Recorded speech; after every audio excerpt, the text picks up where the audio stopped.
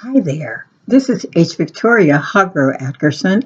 I'm an author and a writer, and I'm wearing my Eagles outfit, my jersey, my pride and joy look. And if you haven't heard, we are going to the Super Bowl. Go Eagles. I am so excited. It was such a wonderful game that we had against the Vikings the other day. It was really cool. It was fantastic. I am so thrilled. Anyway, this week we are talking about the Eagles, and we're also talking about ways to enhance our writing. And we do that by writing about things that we are most passionate about, like the Eagles. So we are going to talk about something, one of my favorite subjects. This is a real good area. If you have these experiences, you can talk about the dynamics and all of the fun and craziness that go on in this particular environment. I bet you will never guess which one it is. One of the places that people are most like themselves, where you meet almost every personality, every dysfunction, every superior attitude, every um, humble person. I mean, you meet all kinds of people in this arena. It is one of the most dynamic parts of being an American is participating in this particular area. And I'm going to tell you in a second. I just want you to think about what place do you meet people of diverse personalities, jobs. Uh, I mean, it's just different. It's different. So I won't keep you waiting. We're going to be talking about churches and church life. One of my favorite topics because I'm a very active person in my church, and I think of my church as being my second family because we are very close and we know everybody knows everybody, and we are very um, outspoken. But through all of that, it's a great sisterhood and brotherhood. It's a real sense of family. One of the things I love to say about this particular church is because they really care for their people. So, with that said, let's talk about some of the dynamics that you can write about in your church. Like I said, there are all kinds of people. And one of the really interesting aspects of church life is the idea of having peer groups and my my aunt always said cliques. There are different cliques, and she's in this clique, I'm in that clique, and it was just one of the things that was fascinating to just listen to the stories about her and her involvement in her church in New York, which was Abyssinia Baptist Church. Um, a wonderful, wonderful topic for anybody to explore because there's just so much there. You could talk about the congregation, um, the different types of personalities in the congregation. You could talk about the minister and the different types of ministers there are. One person told me uh, he supervised because he's no longer with us. He supervised ministers all over, you know, in different areas. And he said, one of the things you must always remember, everything that you have on the street, everything that happens in normal life with other people, you're going to have in the church. If you got drug addicts out there, you're going to have drug addicts in the church. If you have adulterers outside, you're going to have adulterers inside. If you're going to have child abusers and spousal abusers outside, you're going to have the same thing in the church. So, oh dear, I don't know where that came from. Anyway, but I won't let that stop us.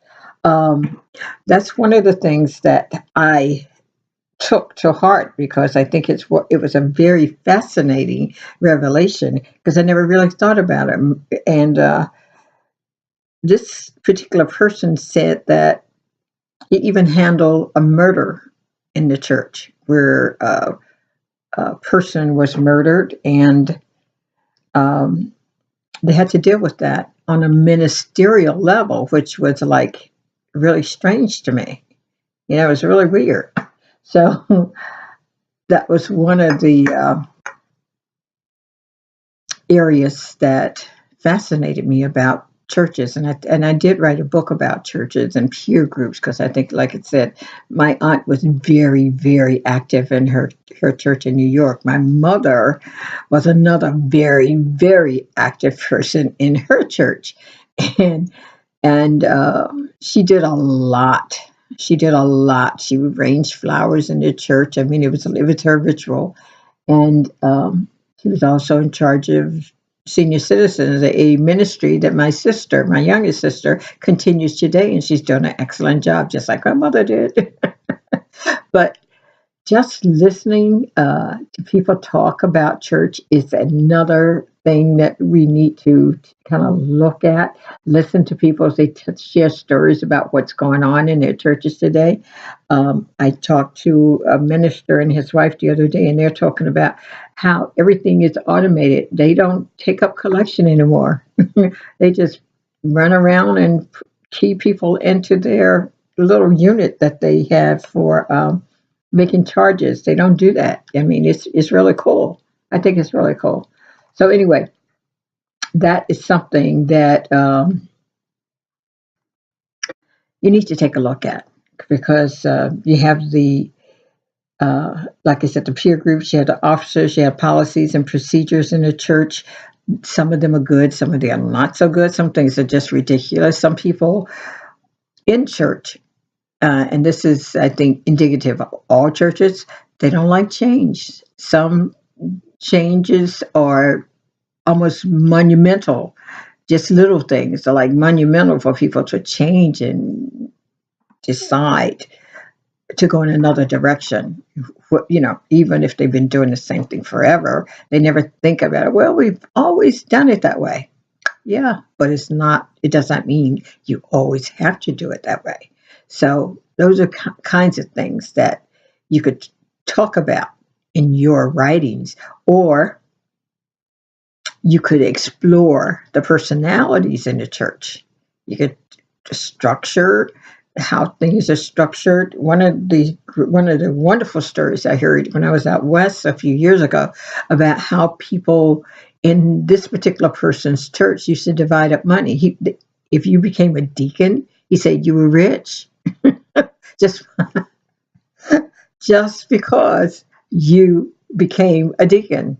Because in his church, the deacons were in charge of the money, and this particular church was so rich that when they took collection up, they didn't turn any change. They only turned in green money. So that meant the person who was the oldest person in the church, oldest deacon on the board, got all the quarters. The next one got all the dimes, all the nickels. Then the lower deacons would get all of the pennies. And they said they would take buckets and buckets of change out to their car after doing the collection. And I was like, that can't be. He said, oh, yeah. And he swore by it. I mean, it was like, okay. But this is something that happens, apparently. I don't know if it's a true story. I like hearing the story because it was fascinating. But there's so many ways to generate wonderful stories and wonderful tales to talk about as you grow up in a church or as you attend church every day. Tap into those unique stories and share that because every religion is different and every church is different. And then there are some things that every church experiences. Like, people start arguing and have difficulties getting along. That happens in every church. It doesn't matter whether you're Catholic, Presbyterian, Methodist, it just does not matter. People are going to be people in those places. So, like my friend had told me many years ago, whatever you have outside the church, you're going to have inside the church. So, explore, explore, and try to bring your own point of view into your writing when you're writing about things of this sort. Churches, religions, services, funerals, even. Great topic, huh? Um, there's so much special events that you have at church. I mean, there are just so much that you can write about. So take a look at that, okay? Now you take care. I'm going to go get ready to make my menu up because I don't have that much time to to wait and to plan for my Super Bowl experience. I just think the Eagles are going to tear it up. So you take care and cheer for the Eagles, why don't you? Okay? You take care. Love to you.